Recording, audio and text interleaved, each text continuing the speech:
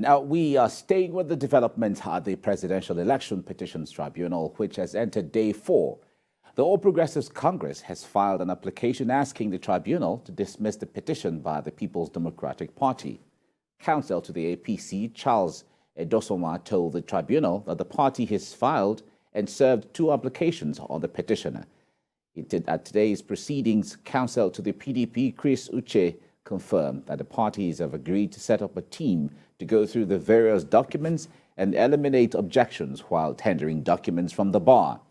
They are expected to file responses to all motions ahead of the hearing, which was adjourned to 18th of May. Counsel to the INEC confirmed the submission by the counsel to the petitioner, but noted he has filed an application seeking to strike out certain paragraphs in the PDP's petition. Chairman of the tribunal, Justice Haruna Tsamani, urged parties to keep to the content of their agreement. Present at the sitting are presidential candidate of the People's Democratic Party, Atiku, alongside the governorship candidate of Kogi State, Dino Melaye, among others. The PDP, in one of its applications, is seeking that the tribunal grants a live broadcast of the day-to-day sitting of the proceedings. All right, let's get back to our earlier story where we were telling you about the proceedings today at the Presidential Election Petition Tribunal sitting in Abuja. Now, our judiciary correspondent, Celestina Ira, is standing by now to bring us up to speed. Celestina, it's good to have you join us now. Bring us up to speed with the developments at the proceedings today at the Presidential Election Petition Tribunal. What happened? What's going on? Mike, the tribunal has adjourned to 18th May to continue its pre-hearing session on the appeal, the petition filed by the People's Democratic Party and the petition filed by the Allied People's Movement. Today, the PDP told the tribunal of the progress they've made so far. At the last adjourned date where the PDP had its pre-hearing session, Justice Haruna told the counsel to the PDP or the petitioners that they should harmonize their process so as to ensure that when hearing commences, it to be a free flow of events. So counsel to the PDP, Uche, senior advocate of Nigeria, gave the report to the chairman of the panel today as to the fact that all parties, be the petitioners and the respondents, they've agreed to set up a team that will go through the documents that they want to tender and know the ones that they will not be objecting to, so as to not to cause a lot of problems for the tribunal or the panel, so as to know, okay, if you're not objecting to this particular evidence or statement, yes, it can fly. So that was part of the update he gave to the tribunal today. He also told the tribunal that they have submitted their issues for trial or issues for determination before the tribunal, and also they have a pending application they are filed before the tribunal, but yet to receive any response from the respondents. Another application being the one which they sought an order, or they are seeking an order of the tribunal granting them the leave to televise the proceedings live. Counsel to INEC, yes, confirmed that yes, this was the agreement or submission by parties that they've agreed to set up a joint meeting where all parties will come together, look at the documents, and he also acknowledged that yes, that they've received the application filed by the PDP as to which they are seeking to televise the day-to-day proceedings, but they have not responded, so they would need time to respond. And also, INEC also said that they have filed applications seeking to strike out certain paragraphs of the PDP's petition. But what those paragraphs says, we don't know, but the counsel to INEC just made it known to the tribunal. Counsel to the APC, however, said that they have also filed their own response to most of the applications, but they have not responded to the motion filed by the PDP seeking to televise the proceedings live. However, they have filed an application seeking to strike out the petition by the PDP and also strike out the response of the PDP to the preliminary objection. So, in essence, due to the agreement by counsel and parties, the tribunal adjourned to 18th May for further pre-hearing. However, the tribunal also had a pre-hearing session for the petition filed by the Allied People's Movement.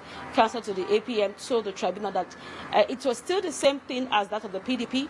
All parties have agreed that for their processes to be filed and served, and they will come back on 18th May from harmonization.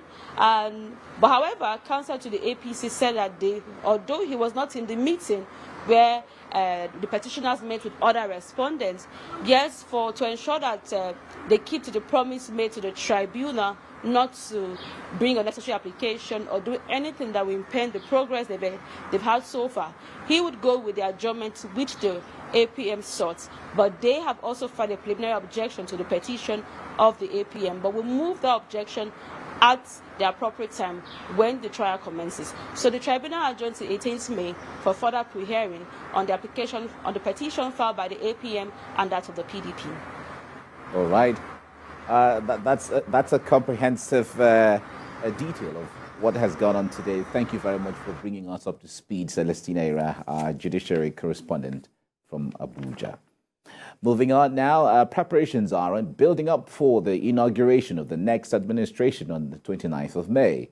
The European Union says it looks forward to working with the president-elect Bola Tinubu in building a win-win partnership for the benefit of Nigeria and the European Union. The EU ambassador to Nigeria and ECOWAS stated this at the 2023 Europe Day celebration in Abuja. Moyo Thomas has the story. Europeans and friends of Europe gathered to commemorate the 2023 Europe Day in Abuja.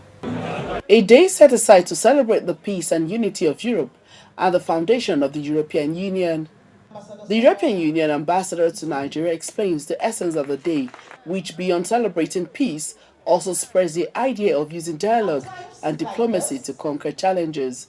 To further boosting our trade, investment, digital and energy cooperation, from supporting the continuous deepening of Nigeria's growing democracy to the development of a comprehensive migration and mobility partnership, from addressing climate change to crisis and disaster management to the development of Nigeria human capital. The European Union and its member states look forward to working with the new Nigerian administration under the leadership of the President-elect, His Excellency Bola Ahmed Tinubu. The EU has been a global model.